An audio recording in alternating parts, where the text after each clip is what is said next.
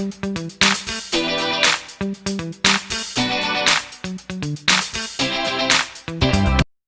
अब आपको आज पढ़ना है, सुनिए, विद्युत धारा का चुंबकीय प्रभाव।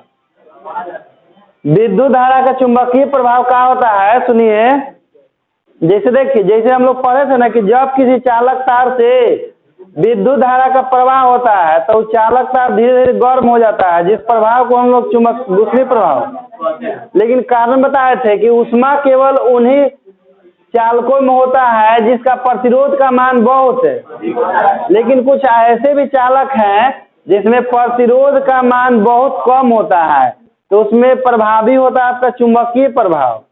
तो चुंबकीय प्रभाव क्या होता है कि जब हम लोग किसी चालक तार से विद्युत धारा का प्रवाह करते हैं, जब किसी चालक तार से विद्युत धारा का, तो चालक तार के चारों ओर चुंबकीय क्षेत्र की उत्पत्ति।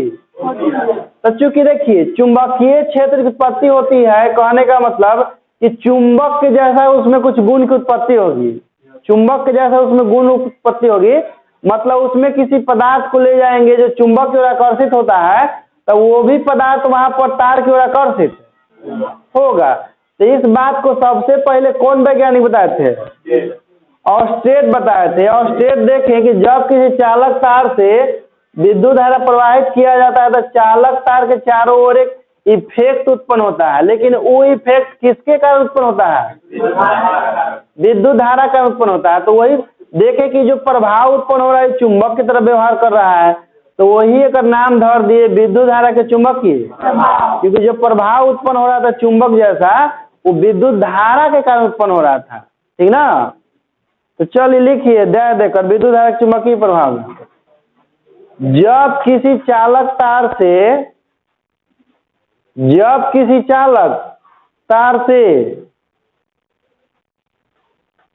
विद्युत धारा प्रवाहित की जाती है, जब किसी चालक तार से विद्युत धारा प्रवाहित की जाती है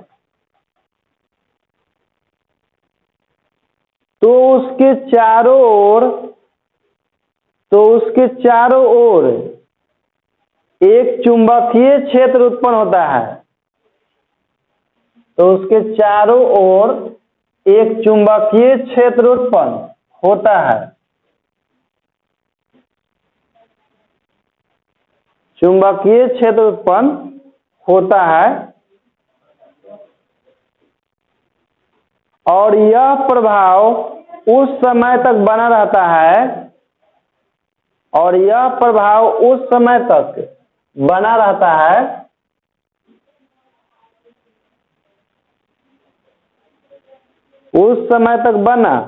है जब तक तार से विद्युत धारा प्रवाहित होते रहता है।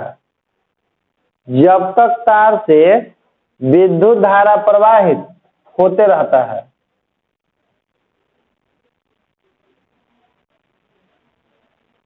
जब तक तार से विद्युत धारा प्रवाहित होते रहता है,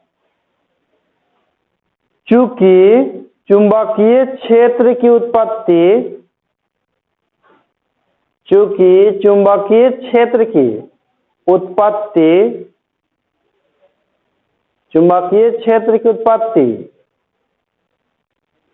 विद्युत धारा के कारण होता है। चूंकि चुंबकीय क्षेत्र की उत्पत्ति विद्युत धारा के कारण होता है, विद्युत धारा के कारण होता है, इसलिए इसे विद्युत धारा का चुंबकीय प्रभाव कहते हैं।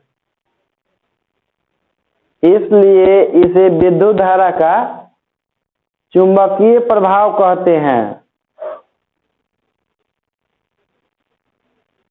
इसलिए इसे विद्युत धारा का चुंबकीय प्रभाव कहते हैं।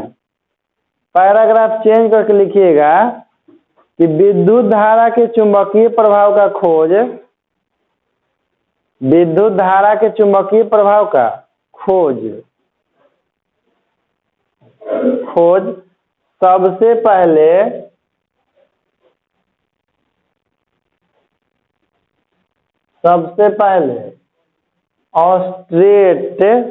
ऑस्ट्रेड लिखिएगा। सबसे पहले ऑस्ट्रेड नामक वैज्ञानिक ने किया, ऑस्ट्रेड नामक वैज्ञानिक ने किया था, ऑस्ट्रेड नामक वैज्ञानिक ने किया था। यही सबसे पहले विद्युत धारा के चुंबकीय प्रभाव को देखे थे और इसके लिए वो प्रयोग किए थे। क्या किए ने कि वो तार ले लिए इस तरह से, और तार को यहाँ से कस के दो तरफ पेंच से क्या कर दिए, बांध दिए यहाँ से, ठीक ना। और जब एक से बैटरी से जोड़ करके विद्युत धारा प्रवाहित किए, सुनो न बालक, जिसे कहा किए कि इस प्रयोग को दर्शाने के लिए कहे से थोड़ी होता है, सीध करके दिखाना पड़ता है ना। तो इसके लिए प्रयोग किए, वो एगो तार लिए, दो को पेंच से कस करके टाइट दवाई से क्या कर दिए, बांध दिए। और उससे जब विद्युत धारा प्रवाहित किए, तो विद्युत धारा प्रवाहित किए तो थोड़ी चुंबकीय प्रभाव दिखाई देता है। उसको जांच करने के लिए एगो चुंबकीय सुई ले गए। चुंबकीय सुई जो है एक प्रकार का चुंबक ही होता है, लेकिन उसका साइज बहुत छोटा होता है और घूमने के लिए स्वतंत्र होता है। इस तरह से होता है, ये लगा रहता है, ठीक ना। इस तरह से छुइएगा ना तो ये ऊपर नीचे घूमने के लिए स्वतंत्र होता है। इसे मान लीजिए कि हो गया एक स्टैंड है, एक पर सुई लगा रहता है इसे, और घूमने के लिए स्वतंत्र होता है। जरा से भी उसको फूकिएगा चाहे हिलाइएगा तो पूरा घूमना फ्री होता है घूमने के लिए। तो इसी को जब ले गए ना, तो देखे कि ले गई आई से, तो अपना मूल स्थान से विक्षेपित होकर ले गए थे ऐसे, लेकिन विक्षेपित होकर हो गया इस प्रकार से। तो कहें कि जरूर यहाँ पर कुछ ना कुछ उत्पन्न हो रहा है, और चुंबक को केवल एक चुंबक ही आकर्षित कर सकता है या प्रतिकर्षित। तो इसमें भी जरूर वैसा ही कुछ गुण है जैसे कि चुंबक में। तो चुंबक के गुण तो चुंबकीय गुण कहलाता है। आई गुण किसके कारण उत्पन्न होता है? तो वही कह दिए कि विद्युत धारा के चुंबकीय प्रभाव है, कि विद्युत धारा का प्रभाव उत्पन्न कर रहा है, लेकिन प्रभाव चुंबक के जैसा। ये प्रयोग आप 10 क्लास में पढ़े होंगे, ऑस्ट्रेड के प्रयोग पढ़ने के लिए था।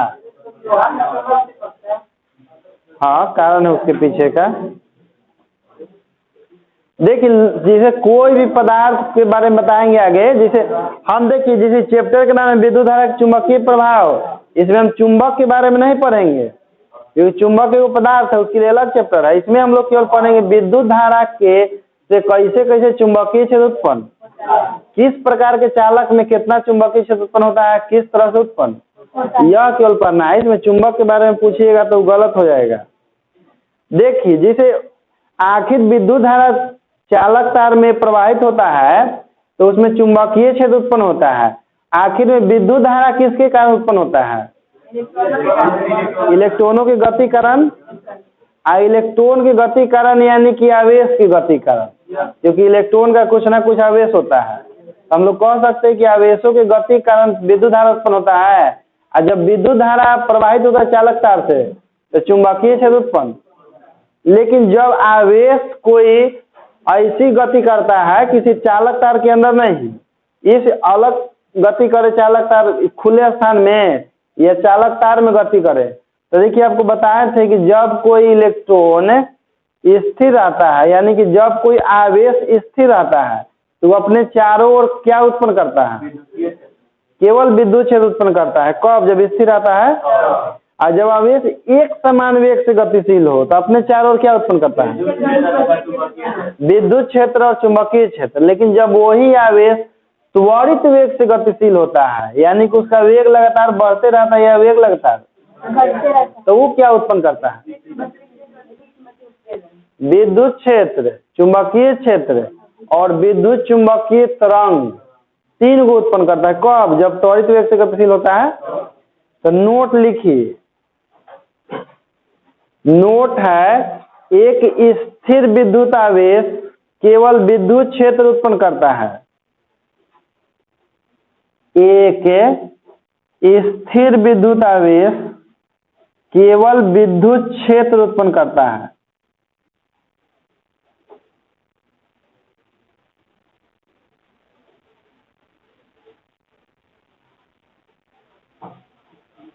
जबकि एक गतिशील विद्युत आवेश, जबकि एक गतिशील विद्युत आवेश, गतिशील विद्युत आवेश विद्युत क्षेत्र एवं चुंबकीय क्षेत्र दोनों उत्पन्न करता है। विद्युत क्षेत्र एवं चुंबकीय क्षेत्र दोनों उत्पन्न करता है।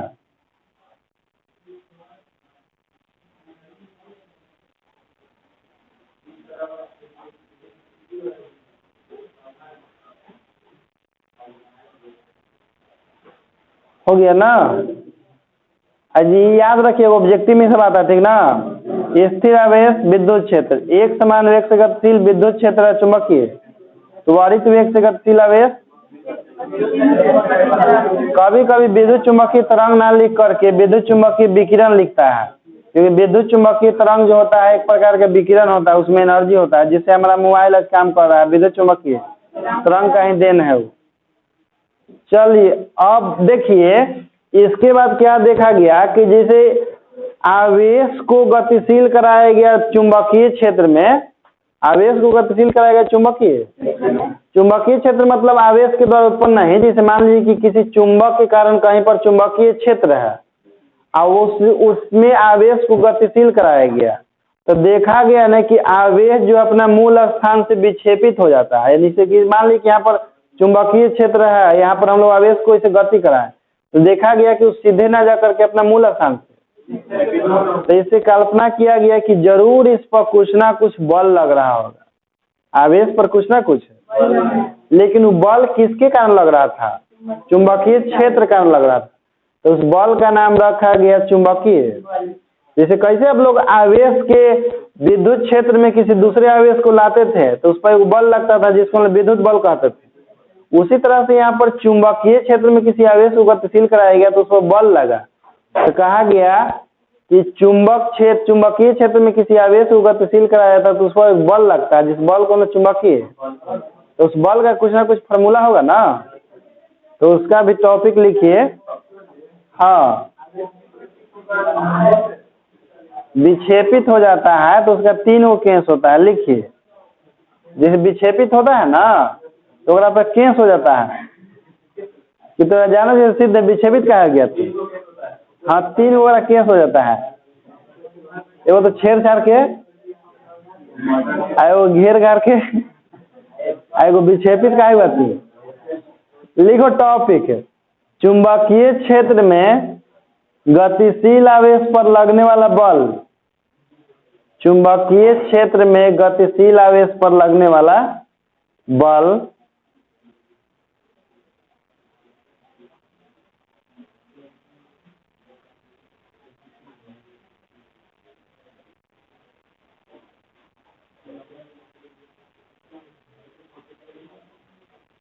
चुंबकीय क्षेत्र में गतिशील आवेश पर लगने वाला बल। लिखिए, यदि कोई आवेश स्मॉल q, यदि कोई आवेश स्मॉल q, यदि कोई आवेश स्मॉल q एक समान चुंबकीय क्षेत्र, एक समान चुंबकीय क्षेत्र वेक्टर b, चुंबकीय क्षेत्र को वेक्टर b से लिखा जाता है। एक समान चुंबकीय क्षेत्र वेक्टर b में v वेग से, वेक्टर v लिखिएगा, में वेक्टर v वेग से गतिशील हो, वेक्टर v वेग से गतिशील हो, तो आवेश पर लगने वाला चुंबकीय बल, तो आवेश पर लगने वाला चुंबकीय बल देखिए वेक्टर एफएम का मतलब मैग्नेटिक फोर्स होता है, ठीक ना?